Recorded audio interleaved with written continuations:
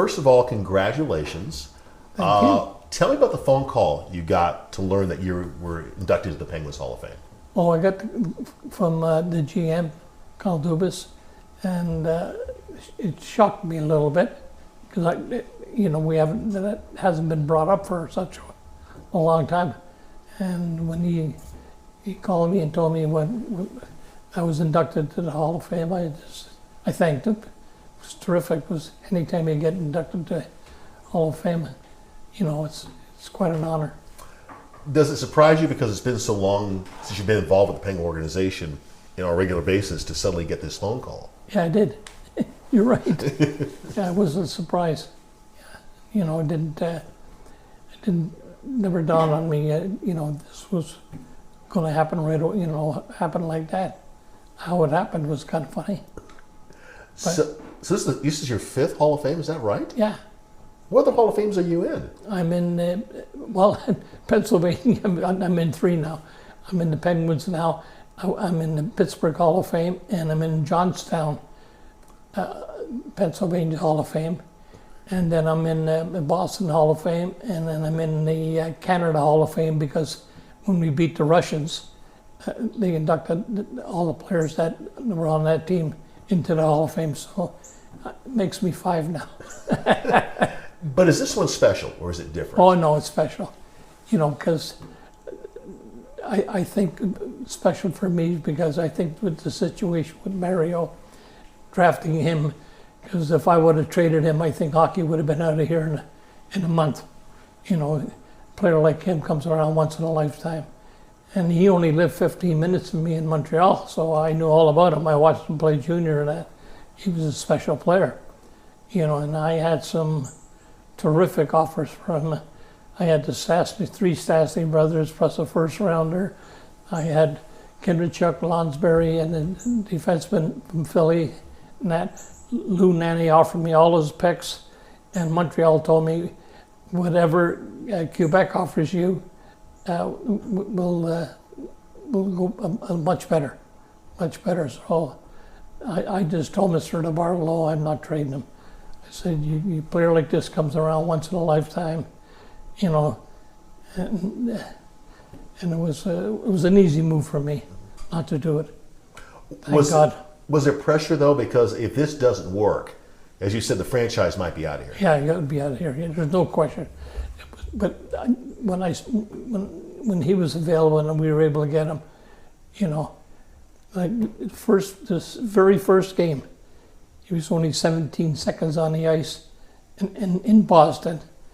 And I remember, because I played 12 years in Boston, and Harry Sinden was the GM at the time. And he came up and said to me, why didn't you trade him? And then he told me, this kid might be the best player in the game. 17 seconds into his career, he scores a goal in Boston. So that everybody got a little notice, like out now.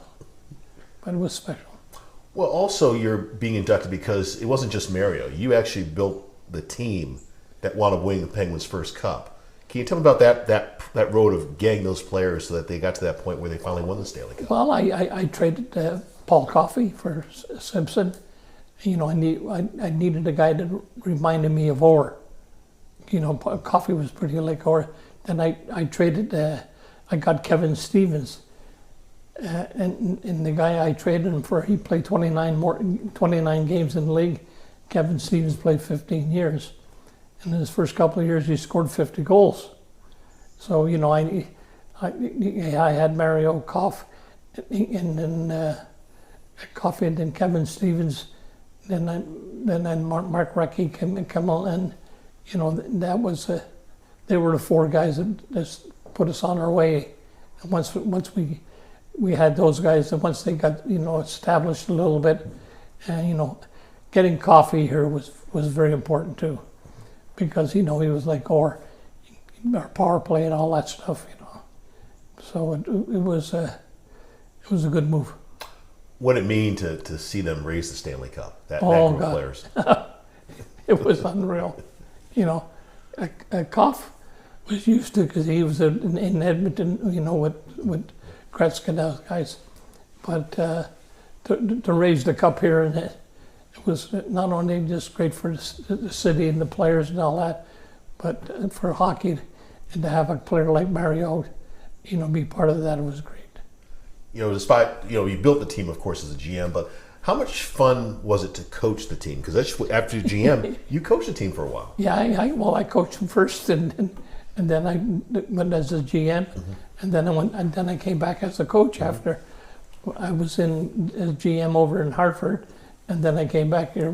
Craig Patrick brought me back here as the head coach again, so it worked out very well, and I enjoyed it. I was just terrific to get that kind of an opportunity again, and to coach guys like that it's quite an honor.